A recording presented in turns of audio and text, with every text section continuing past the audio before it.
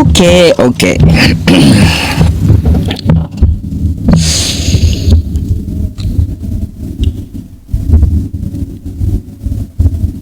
Belum ya teman-teman, kita pakai waktu teratur.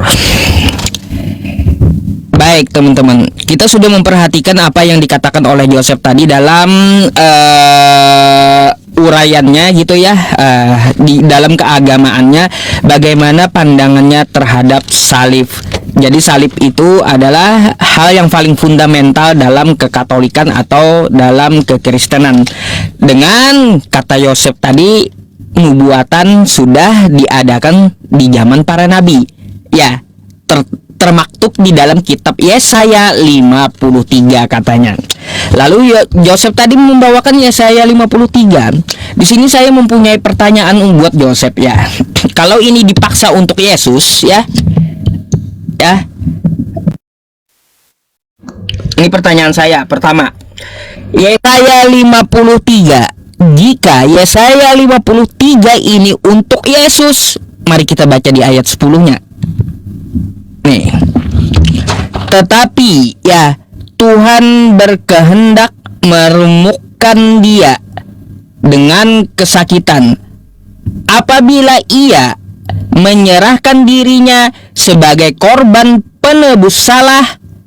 Ia akan melihat keturunannya, umurnya akan lanjut, dan kehendak Tuhan akan terlaksana.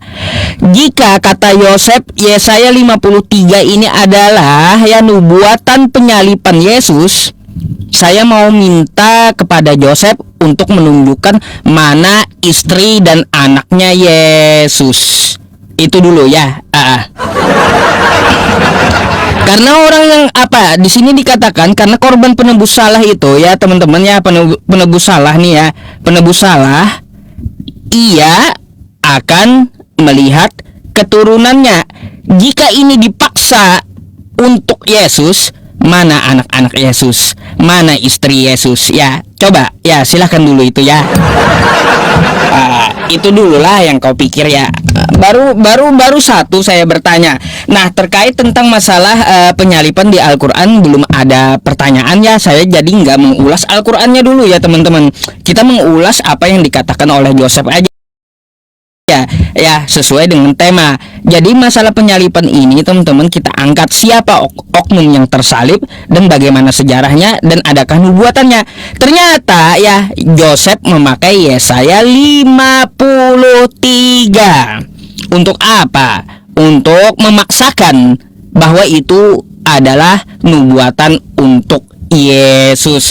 Dan tadi Yusuf juga mengatakan tuh, korban-korban dulu sejak zaman Nabi Adam, Abraham dan yang lainnya, korbannya pakai korban hewan.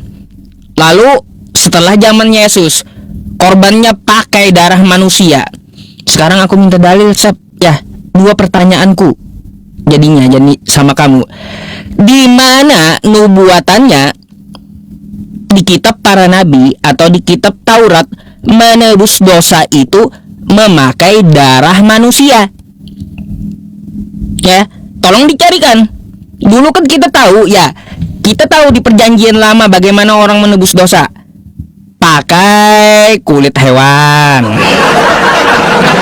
pakai tai sapi, kan gitu. Terus pakai darah hewan. Pakai darah hewan, nggak ada pakai darah manusia. Sekarang saya mau kau tunjukkan kepadaku ya, nubuatan mana, nabi mana yang mengatakan bahwa Tuhan semesta alam akan mengutus anaknya dan dia akan menebus dosa sebagai manusia. Ini bukan hewan ya. Sekali lagi ya, nubuatan penebusan dosa memakai darah manusia itu ajaran siapa? Ya, silakan kamu tunjukkan sama saya, dan saya harap ya saya kejar dengan dua data ya, dua pertanyaan ini. Satu, ya mana nubuatannya bahwa menebus dosa itu memakai darah manusia? Yang kedua ya, Yesaya 53, di situ ia akan melihat keturunannya. Maka tolong tunjukkan sama saya istrinya Yesus siapa dan anak-anak Yesus mana serta namanya siapa saja. Silakan.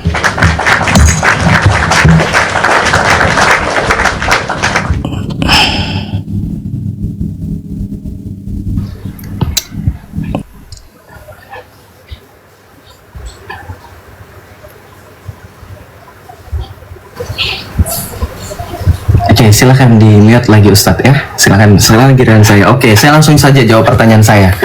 Di dalam Yesaya 53:10, saya tunggu-tunggu ini Ustadz termakan jebakan saya. Ini membuktikan bahwa Yusuf PE tidak mampu dan tidak capable untuk membahas sisi kekristenan ya. Jadi yang Kristen gak usah khawatir. Kita lihat dalam bahasa Ibraninya. Nanti kita bermain bahasa Ibrani, nanti kamu silahkan konsili dengan Nandar. Coba suruh cross check, bener gak yang dijelaskan Joseph? Ya, saya kesini. Lihat teman-teman, kita langsung buka teks aslinya. Ini kan kedemenan Islam. Coba baca dong teks aslinya. Oke, kita baca di sini. Di sini dengan menggunakan kata zera.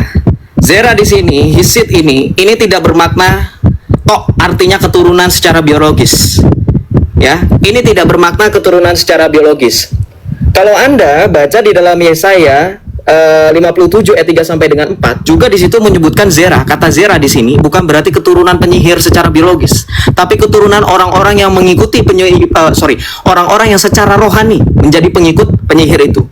Maka kata zera di sini ketika Yesus dikatakan maka ke segala keturunannya akan melihat banyak perbuatannya akan lanjut usia dan seterusnya yang kamu baca dalam Yesaya 53:10 itu bukan keturunan secara biologis seperti pemahaman kamu. Makanya stop mikirin Yesus itu kayak Muhammad, kerjaannya cuma memperbanyak keturunan. Setuju nggak teman-teman?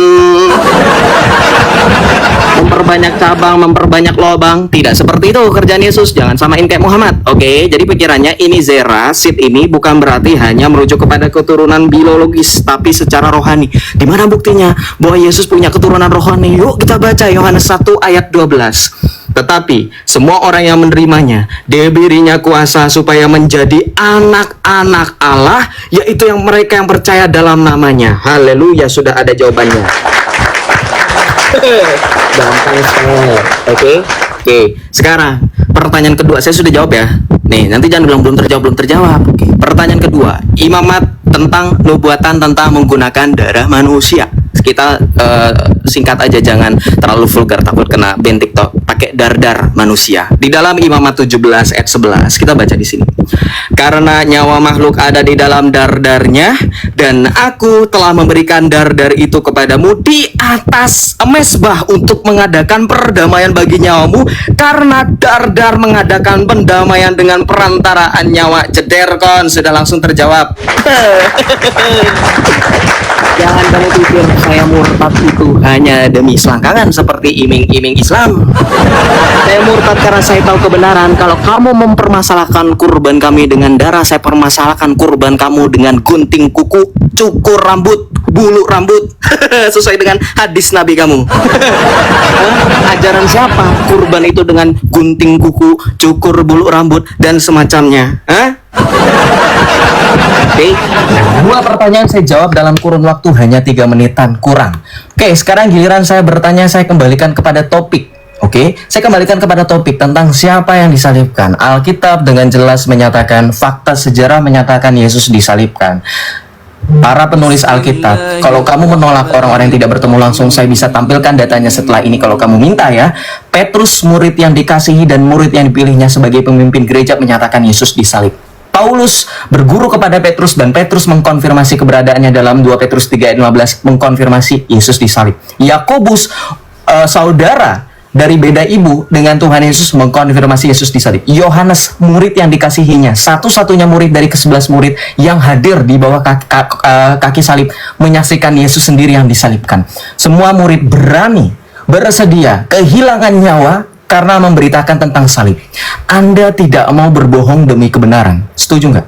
Dalam iman, orang yang berani berkorban artinya tahu upahnya. Karena sesuai dengan Rasul Paulus mengatakan, hidup bagiku adalah Kristus dan mati adalah keuntungan. Para rasul tidak ada yang hidupnya seenak Muhammad, cuman modal minta langsung turun ayat, turun celana. Mereka semua meninggalkan semua privilege. Petrus dipanggil untuk melayani, menjadi penjala manusia. Paulus mempunyai pedang, disuruh untuk meninggalkan pedangnya, melayani Allah dan mengalami penderitaan. Semua murid mengalami penderitaan, tidak ada yang mengalami privilege. Artinya yang mereka bela adalah kebenaran.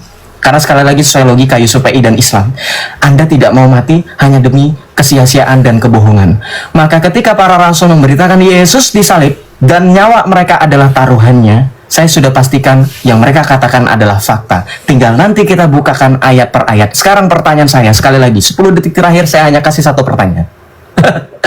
10. Siapakah menurut Islam yang disalibkan? Silahkan dijawab sesuai dengan tema. Saya minta Anda jawab pertanyaan saya yang sederhana tentang satu pertanyaan harus terjawab dengan sesuai data Al-Quran. Silahkan.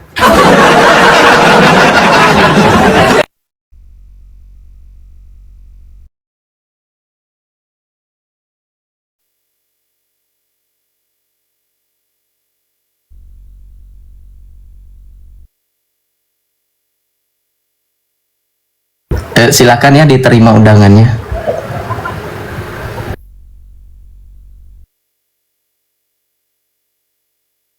Oke ya teman-teman, kita akan menjawab dulu pertanyaan dari Yusuf. Kalau Yusuf menjawab 2 pertanyaan dalam 3 menit katanya ya. Terus Yusuf mempertanyakan siapakah yang diserupakan ya, dalam Al-Quran harus ada ayatnya. Maka saya kagak sampai 1 menit menjawabnya. Nih ya, Quran surah Az-Zukhruf ayat 63 ya, Az-Zukhruf ayat 63. Walamma ja'a Isa bil bayyinat qala qad ji'tukum bil hikmah wa li ubayyina lakum ba'da alladhi takhtalifuna fihi fattaqullaha wa athi'un. Apa yang dikatakan di sini? Ketika Isa datang membawa bukti-bukti yang nyata, dia berkata, "Sungguh aku datang kepadamu dengan membawa hikmah dan untuk aku jelaskan kepadamu sebagian dari apa yang kamu perselisihkan." Jadi Sep ya, Al-Quran kami menjawab Nabi Isa sendiri yang memberikan kesaksian, yang menjelaskan di dalam turun 2 kali nanti gitu ya. Nah gitu. Jadi di sini ayatnya dengan siapa dia diserupakan ya, nanti Nabi Isa sendiri nih yang menjelaskan sebagian apa yang kamu perselisihkan. Oke? Jelas? Jadi tidak menyebutkan nama. Jadi sengaja Allah Subhanahu wa taala ya teman-teman di dalam Quran surah An-Nisa ayat 157 tidak menyebutkan nama. Kenapa? Kalau disebutkan nama ya, nggak perlu lagi turun Nabi Isa, udah ketahuan dengan siapa dia diserupakan. Kan kayak gitu. Tapi ini belum tahu. Dan Allah Subhanahu wa taala langsung mengutus Nabi Isa turun kedua kalinya untuk menjelaskan dengan siapa dia diserupakan dan terus bagaimana kronologinya di abad pertama itu. Gitu ya.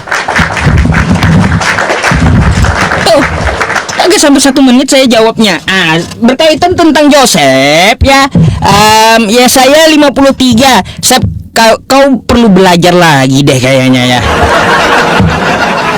Iya, kosakata zera ya. Kamu tahu nggak zera itu apa? Di bahasa Ibrani, zera. Ini Sep, zera itu tanya aja orang-orang Yahudi sperma. Ya, sperma, zera, gitu. Makanya diterjemahkan keturunanmu. Keturunannya benih ya, benih, bukan keturunan rohani. Kau jangan ngeles di situ ya. Di sini benih, kau paham kan? Benih, makanya aku bilang jahrai. Kosakata Ibrani yaitu sperma, jemahnya ya. Makanya di sini diterjemahkan keturunannya atau benih gitu. Bukan keturunan rohani. Nggak bisa kau kibulin aku. Silakan kau bantah itu ya. Kalau ya saya 53 untuk Yesus, mana bantahannya? Nah, kayak gitu. Di situ tertulis ya, tercatat bahwa ya Yesus akan melihat keturunannya. Pasti itu. Pasti sesuai bahasa teks aslinya. Terus juga ya teman-teman semuanya tentang masalah Imamat 11 nomor 7. Inilah ajaran Kristen, dusta dalam segala hal ya. Nih teman-teman ya, saya tidak meminta masalah larangan makan darah, enggak. Yang saya minta itu ya teman-teman, mana nubuatannya menebus dosa pakai darah manusia. Lalu Yusuf membawakan larangan makan darah. Apa nyambungnya coba? Itu larangan makan darah ya. Nih perikopnya kau baca. Kan biasanya kan kalian tuh ya, kalian nih imamat 11 atau imamat berapa di bawah Joseph tadi? Imamat 7.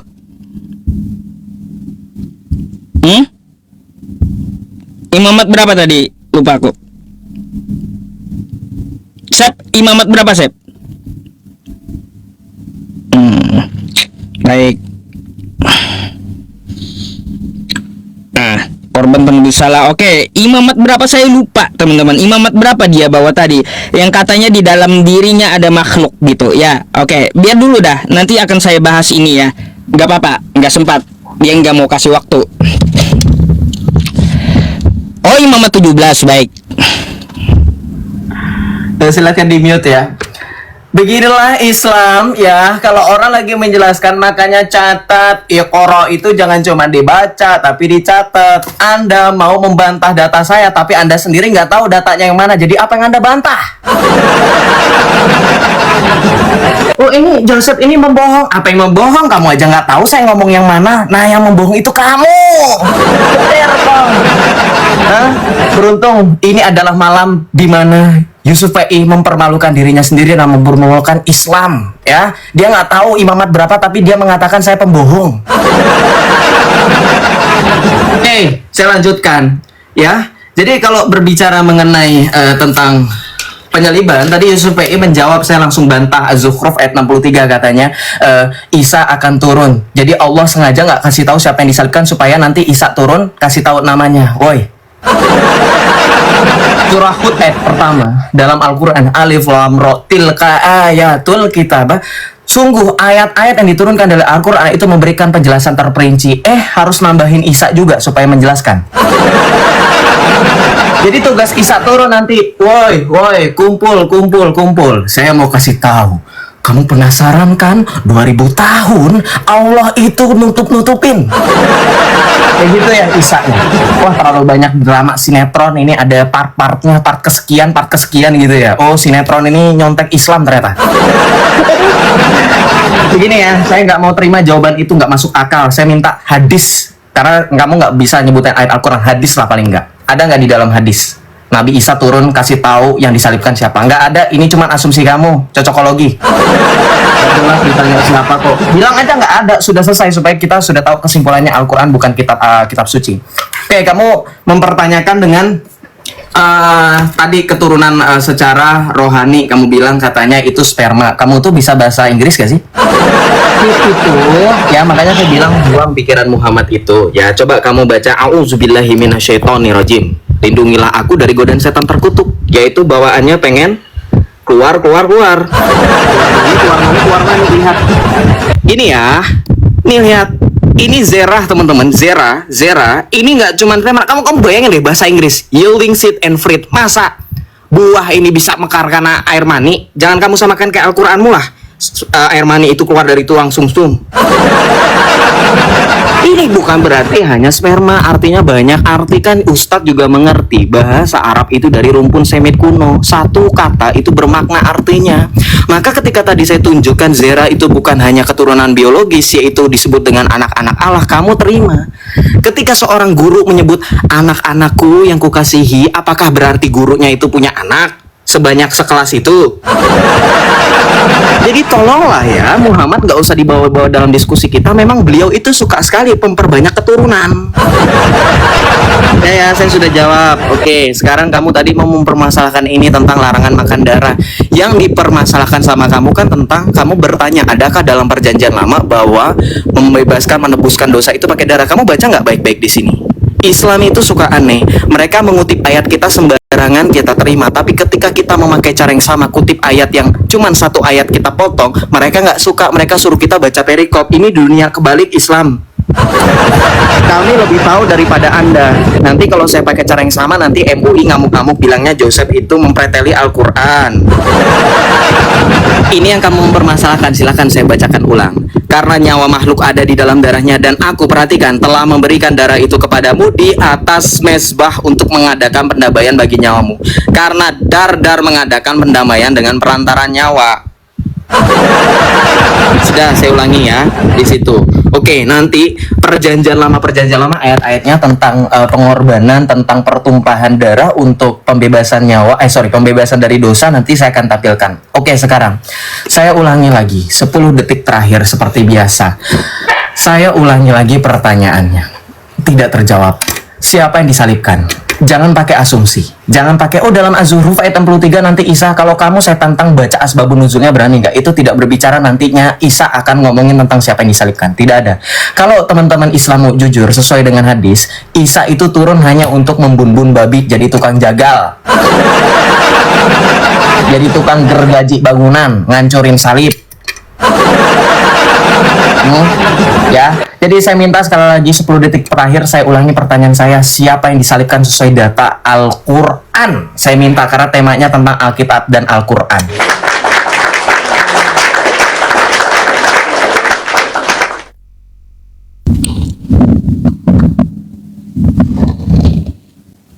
Oke.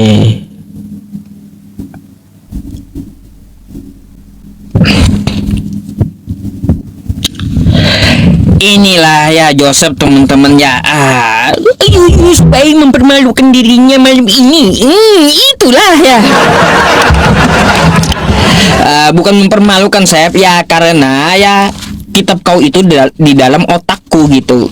Ku tahu kau itu menipu gitu. Makanya ku langsung bukakan aja ya nih ya ayatnya. Ya. Di sini ya teman-teman, kalau kita kan nanti baca ke tengah langsung comot-comot ayat katanya. Baca satu skop. Oke, kita baca satu skop ya. Judulnya apa teman-teman? Larangan tentang makan ya, makan darah atau bangkai. Yang saya tanyakan tadi apa? Di mana nubuatan ada ajaran para nabi menebus dosa pakai darah manusia. Lalu apa hubungannya dengan ini coba? Nyambung gak teman-teman dengan pertanyaan saya? Nyambung gak? Dia kasih ayat ini, mana nubuatannya menebus dosa pakai darah manusia. Lalu dia tunjukkan kepada kita larangan makan darah. Nyambung gak? Aduh, coba kau pahami Sep ya pertanyaanku itu ya. Pahami nabi mana ya yang mengajarkan atau menubuatkan menebus dosa memakai darah manusia. Bukan kau tunjukkan kepada kami larangan makan darah. Nggak nyambung. Aduh. Kita bahas masalah manusia, Josephnya malah bahas masalah makanan gitu. Kan nggak nyambung, udah di situnya ya. Itu yang mempermalukan diri sendiri Sep ya. Perlu kau catat itu gitu. Yang ku minta sekali lagi, di mana dalilnya ya bahwa para nabi terdahulu mengajarkan menebus dosa menumbalkan manusia, menebus dosa memakai darah manusia, bukan larangan makan darah yang saya minta. Kayak gimana sih? Di situ aja udah nggak nyambung. Terus masalah tentang Az-Zuhruf 63. Lalu kau meminta dari hadis dah. Lah, aku langsung bawa ayatnya dari Al-Quran. Nampak kau bisa baca. Kan kayak gitu ya. Lalu aku membacakan Quran surah Az-Zuhruf 63 tadi. Apakah enggak menjawab gitu? Padahal kan ayat Al-Quran yang menjawab sesuai kehendakmu dari Al-Quran. Nah, di situ di dalam Al-Quran dijelaskan di Az-Zukhruf 63, Nabi Isa akan datang turun kedua kalinya. Beliau akan menjelaskan kepada siapa beliau diserupakan. Aku tahu kamu mau menggiring kemana, udah tahu. Nanti kalau aku pakai hadis larinya ke sini ke sini ke sini ke sini, udah tahu lebih pengalamanku, Sep, ya. Aku lebih pengalaman tentang membahas itu, ya. Makanya aku nggak mau repot membahas tentang masalah itu. Makanya ku bawakan saja Quran surah Az-Zukhruf ayat 63. Nabi Isa sendiri yang akan menjelaskan gitu. Jadi nggak perlu kita repot-repot mau nyari atau lagi pula ya teman-teman semuanya ya, tidak hal yang fundamental juga gitu ya di dalam agama Islam. Waktu ayat itu turun, nggak ada tuh sahabat Nabi kita mempertanyakan, "Hai Nabi, dengan siapa Nabi Isa diserupakan?" Nggak ada sahabat Nabi menanya. Karena nggak penting gitu. Andai pun ada pertanyaan itu di zaman dulu, pasti dijawab Nabi ya teman-teman melalui hadisnya. Tapi nggak ada para sahabat mempertanyakan hal itu. Karena apa? Karena kagak penting. Gitu, kagak penting ya teman-teman semuanya. Jadi begitu, Sep. Ya, coba perhatikan ya. Kamu mengatakan aku tidak memperhatikan jawabanmu. Sekarang kamu yang tidak memperhatikan pertanyaanku, bikin malu. Sekali lagi, aku mau tanya ya sama kamu. Kuulangi lagi pertanyaannya. Di manakah nubuatan para nabi terdahulu ya menebus dosa memakai tumbal darah manusia? Itu dulu ya. Itu dulu. Berkaitan tentang masalah Yesaya 53 Zerah tadi ya. Mana bantahannya? Kamu menunjukkan di situ seperti kata Zerah tadi kamu pakai ke kalimat yang lain kata kamu kan. Tapi kalau ini kita lihat di situ terjemahnya adalah benih. Artinya apa di situ? Hal pokok kandung yang terdapat di dalamnya, Sep. Ya, anak kandung.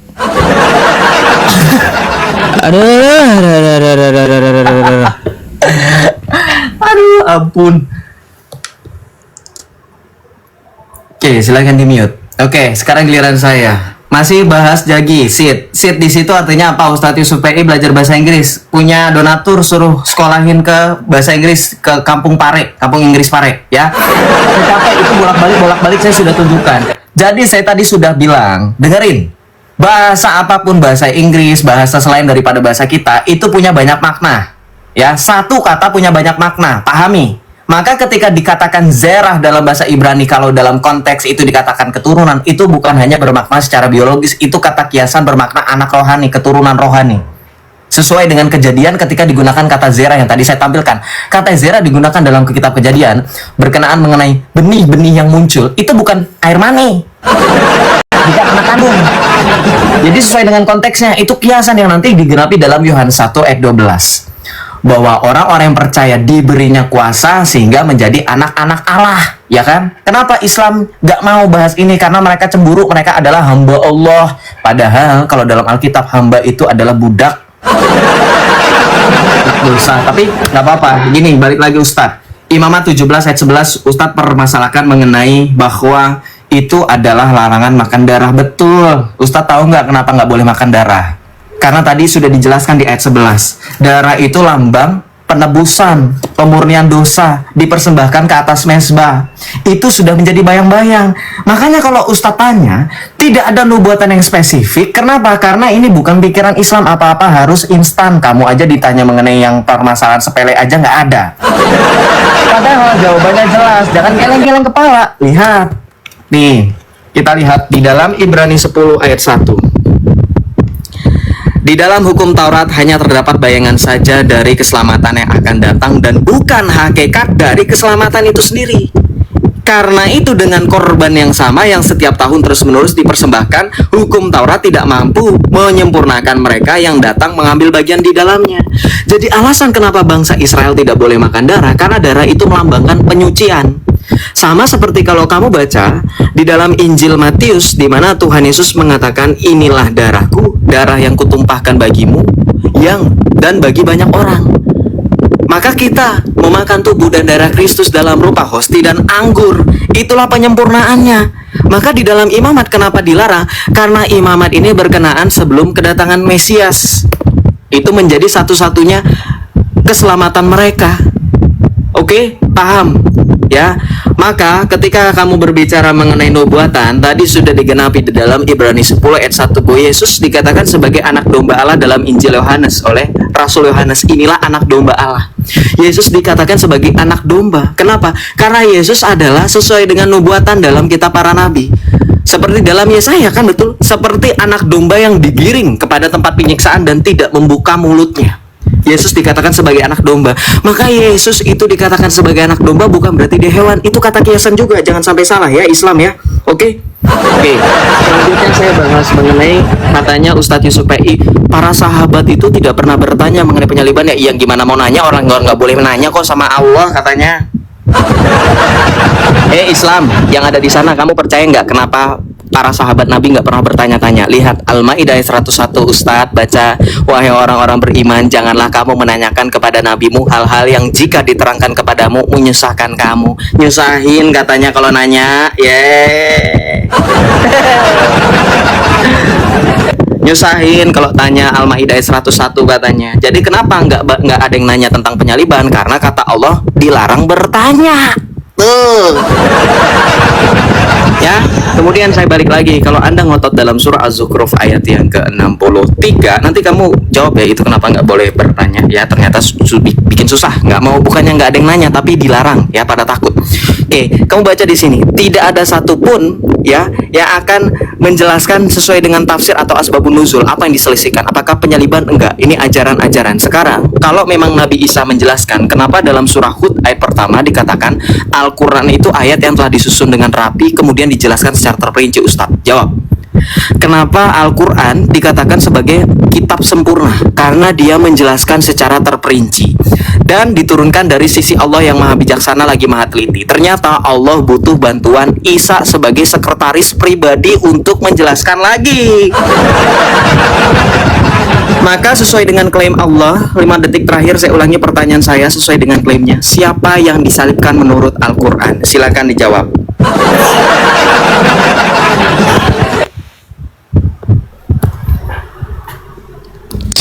Penasaran nih ya, kata Quran katanya.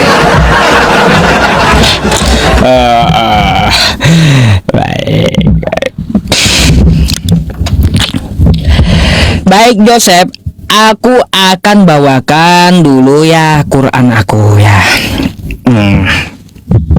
Nih ya. Ini kan yang Alif Lam Ra kitabun uhkimat ayatuhu summa fussilat min ladun hakimin khabir. Tuh, Alif Lam Ra, inilah kitab yang ayat-ayatnya telah disusun dengan rapi, kemudian dijelaskan secara terperinci dan diturunkan dari sisi Allah. Kagak ada kan di sini, inilah ayat-ayatnya yang diturunkan sesuai kehendak Joseph. Gak ada ya. Katanya kan merincikan Al-Quran itu. Al-Quran tidak merincikan yang kamu mau, bukan. Ya, Al-Quran itu bukan yang seperti kamu mau. Bukan, Al-Quran ini firman Allah Subhanahu wa ta'ala, bukan merincikan yang kamu mau, bukan. Contoh apa saja yang dirincikan ya tentang masalah hukum waris dan hukum nikah. Nah, coba kalau kita melihat ya teman-teman, Allah merincikan di dalam Quran surah An-Nisa tentang masalah hukum warisan di ayat 11 sampai 12 nih ya. Sabar. Ya. Tuh. Dirincikan Allah di sini ya. Siapa saja, berapa bagiannya, terperinci semuanya. Allah mensyariatkan, wajibkan kepadamu tentang pembagian warisan untuk anak-anakmu, yaitu bagian seorang anak laki-laki sama dengan bagian 2 orang anak perempuan. Itu yang dirincikan maksudnya. Hukum-hukum yang seperti itu langsung dirincikan Allah ya, dan tidak ada sedikit pun yang salah gitu. Gak ada. Coba di kitab kau tebalnya aja banyak kan kayak gitu ya, tapi masalah hukum waris kagak ada. Aduh. Coba ya, Yang dimaksud terperinci itu ya merincikan masalah hukum waris, ya mengatur tata cara nikah, kan kayak gitu. Itu rinciannya, bukan merincikan kehendakmu, bukan. Ah, gitu Sep. Ya, kamu perlu tahu gitu. Apa maksudnya ayat itu. Terus di dalam Quran surah Az-Zukhruf ayat 63 tadi. Ya, aku nggak akan merubah jawabanku Sep. Ya, karena itulah Al-Quran. Aku jawab seadanya aja, sesuai dengan yang tertulis di Al-Quran. Aku nggak mau aku mengada-ada gitu. Ya, silakan ya, kamu kalau mau tunggu Nabi Isa turun kedua kalinya silakan ya. Gitu aja. Karena aku jawab pakai data dan pakai terjemah. Kalaupun ya mau ambil tafsirnya juga boleh, silakan gitu. Ya, silakan. Terus berkaitan tentang masalah jawaban Yusuf tadi ya teman-teman semuanya, tentang masalah nih di kekristenannya. Teman-teman semuanya, ada nggak jawaban Yusuf tadi nyambung tentang masalah larangan makan darah dengan korban penebus dosa pakai darah manusia? Dimana mau berusaha disambung-sambungkan tapi kagak mau nyambung gitu loh. Iya, yang kita cari itu ya dimana nubuatannya menebus dosa memakai darah manusia. Jangan kau menyambung-nyambungkan yang tidak nyambung gitu. Kalau masalah larangan makan darah, oke lah. Aku tidak meminta masalah larangan makan darah, Sep. Enggak. Yang aku minta sama kamu itu nubuatan menebus dosa pakai darah manusia, bukan larangan makan darah. Nggak nyambung gitu. Mana sih? Iya teman-teman. Aduh. Saya ya teman-teman semuanya di awal cuma punya dua pertanyaan. Satu, di mana nubuatannya bahwa penyalipan itu telah dinubuatkan di zaman dahulu, para nabi terdahulu. Ya, kan kayak gitu. Nabi mana yang menubuatkan nanti Tuhan akan turun menebus dosa memakai darah manusia? Itu nabi mana? Di kitab apa gitu loh. Ya, jangan kau sodorkan ke aku larangan makan darah. Nggak nyambung. Bukan makanan yang kita bahas, bukan makanan yang kita bahas ya. Jadi seperti itu. Aku masih menunggu nih ya, masih stuck jawabanku di situ ya, masih menunggu jawaban kamu. Apakah ada ayat lain? Silakan. Oke, silakan di-mute Ustadz. Ini dari tadi bilang saya nggak nyambung ya, nggak nyambung saya atau kamu? Bilang aja kamu nggak ngerti gitu loh, ya. Saya sudah jelaskan, balik lagi saya jelaskan. Saya masih tetap pakai yang sama. Nggak seperti Yusuf, dari tadi saya bahas ayat-ayatnya langsung kabur. Nggak berani lagi bahas ayat itu, ya. Tentang sahabat Nabi nggak bertanya, dia nggak berani kan bahas Al-Maidah 101 karena memang dilarang untuk bertanya. Tentang surah Al-Zukhruf ayat 63 kamu sambungkan dengan hukum waris. Apa hubungannya? Oh ternyata Islam itu Al-Quran itu ujung-ujungnya duit UUD ya. Jadi yang ngebahasnya hal-hal yang berkaitan dengan harta, duit, kalau nggak duit ya selangkangan. Padahal itu fundamental. Kenapa? Karena mengklaim dirinya sebagai penyempurna. Yang namanya sempurna, Ustadz Yusuf PI, buka KBBI, sempurna itu tidak ada yang miss, tidak ada yang bolong-bolong, semua rapih, utuh. Paham nggak? Kamu tanya sama profesor manapun, sempurna itu artinya tidak ada yang miss. Kenapa di bagian itu jadi miss? Siapa yang nggak nyambung sekarang? Kok dibilang terperinci, tapi terperinci, yang namanya terperinci itu ya detail. Mau bagaimanapun orang cari hal kecil apapun pasti ketemu sesuai dengan surah Al-Baqarah ayat 2 kan. Dalilnya nanti saya bukakan. Tidak ada keraguan di dalamnya. Sekarang yang ragu-ragu itu Islam yang sekarang bingung dengan siapa yang disalibkan. Kainama mengatakan Yehohanan, Ipung mengatakan Simon dari Kirene, Don Ditan mengatakan yang disalibkan adalah Yudas Iskariot, murid Yesus. Jadi siapa yang bingung? Oke, balik lagi Imamat 17. Kamu baca baik-baik. Karena nyawa makhluk ada di dalam darahnya. Perhatikan, ini nubuatan. Dan aku telah memberikan darah itu kepadamu di atas mezbah untuk mengadakan pendamaian bagi nyawamu. Karena Dardar mengadakan pendamaian dengan perantaran nyawa. Perhatikan di sini. Ini kalau kamu baca betul perikopnya tentang larangan memakan Dardar dan bangkai. Yang saya sudah jelaskan tadi, orang Yahudi dilarang makan darah karena darah ini melambangkan kehidupan atau nefes. Maka ketika di dalam perjanjian lama, perhatikan, simak baik-baik, mereka mengorbankan berulang-ulang korban yang sama tentang hewan, dan itu tidak mampu menyempurnakan hukum mereka. Maka di dalam Ibrani 10 ayat 1 dikatakan apa? Dikatakan hukum Taurat tidak mungkin menyempurnakan mereka, karena dengan cara itu mereka terus berulang. Tetapi kurban Yesus, ya perhatikan, tetapi kurban Yesus, perhatikan, mengutip di dalam Mazmur 40 ayat 7 sampai 9, engkau tidak berkenan kepada korban sembelihan dan korban sajian. Ini mengutip perkataan Tuhan Yesus sendiri di dalam Ibrani 10 ayat 5 sampai dengan 7. Perhatikan, ketika Yesus datang sebagai Mesias, sebagai juru selamat, perhatikan kata Yesus. Karena itu ketika ia masuk ke dunia, ia berkata, korban dan persembahan tidak engkau kehendaki, tetapi engkau telah menyediakan tubuh bagiku. Kepada korban bakaran dan korban penghapus dosa engkau tidak berkenan. Ini menggenapi Mazmur 40 ayat 97 untuk melengkapi Imamat 17 ayat 11 yang menyatakan bahwa darah itu mengadakan pendamaian dengan perantara nyawa. Anda tidak paham, karena di dalam Islam penebusan dosa tidak menggunakan darah, tapi pakai apa? Pakai batu hajar aswad. Nggak bakalan nyambung. Makanya Anda mengatakan Anda keturunan Abrahamik, Anda keturunan Ismail, tapi Anda tidak mengikuti praktik perjanjian lama, menebus dosa dengan darah, tapi Anda ganti dengan batu. Makanya nggak paham. Kalau Anda paham hukum Taurat, Anda boleh tanya sama orang Yahudi. Hukum Taurat itu melarang, kenapa? Karena darah itu lambang penyucian dosa, bukan batu. Itu yang Anda tidak paham. Makanya Anda tinggalkan Islam, Anda belajar tentang kebenaran dari mulai Judaism sampai dengan Anda menemukan kekristenan adalah penyempurnaan dari Judaism. Itulah anak-anak rohani, keturunan yang lanjut. Yang dimaksud dalam Yesaya 53 ayat 10 adalah kami yang percaya dan menjadi anak-anak Allah. Sekarang saya bantah lagi Al-Quran. Kamu perhatikan di dalam tadi jawabannya Yusuf PI. Kamu katakan katanya hukum waris Islam sudah lengkap. Kalau hukum waris Islam sudah lengkap, Indonesia harusnya nggak pakai hukum Belanda, warisan Belanda penjajah. Kamu tanya sama hakim-hakim. Saya tanya sama orang-orang Islam yang sudah merasakan bagaimana pembagian hak waris. Apakah hanya tok pakai hukum Islam? Tidak. Diatur dalam KUHP Perdata itu nggak cuma hukum waris Islam loh. Kamu jangan malu-maluin. Ada teman-teman yang backgroundnya hukum mungkin lebih paham ya.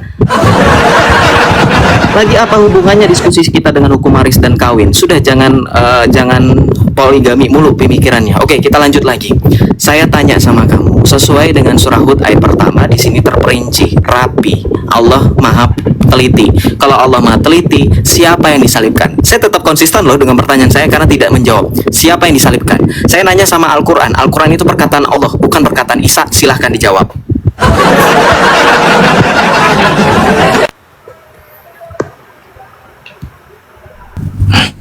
Sep, kamu kena pelanggaran nggak? Coba cek. Enggak kayaknya. Enggak sih kayaknya enggak. Enggak ya? Kenapa emang Ustaz ada pelanggaran? Iya, ada peringatannya kamu pelanggaran. Hah? Saya nggak ada sih. Pelanggaran gimana Ustaz? Nah, kan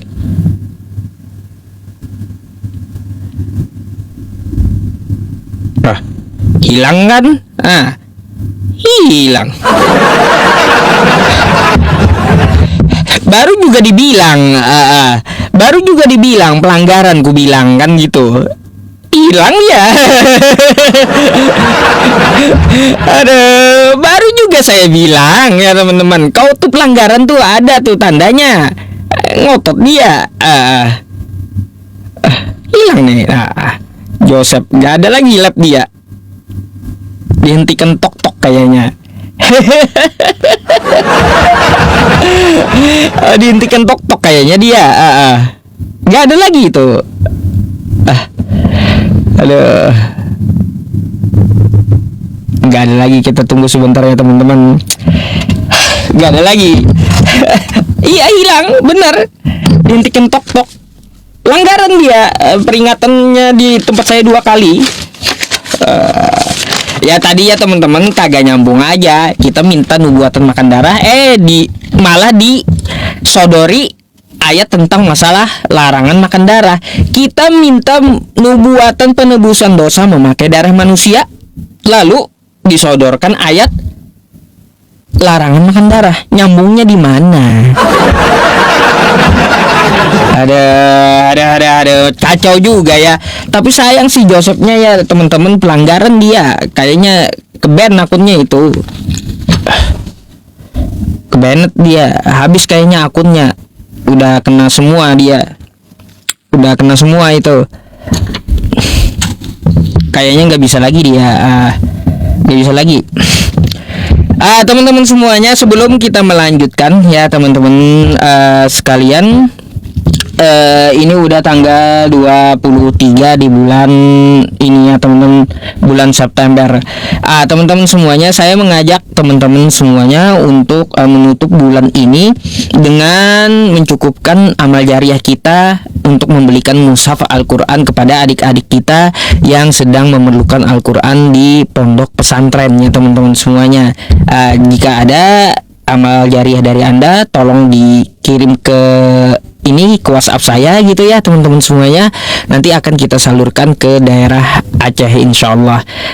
Jika Anda Bapak Ibu saudara-saudariku ya ingin langsung meminta nomor rekeningnya ke nomor yang saya sematkan ini aja deh ya. Nomor yayasannya lagi dibikin ya teman-teman. Nih ke nomor WhatsApp itu ya. Tuh. Untuk penyaluran bulan ini sudah ada tadi ya teman-teman di Palangkaraya 1, terus di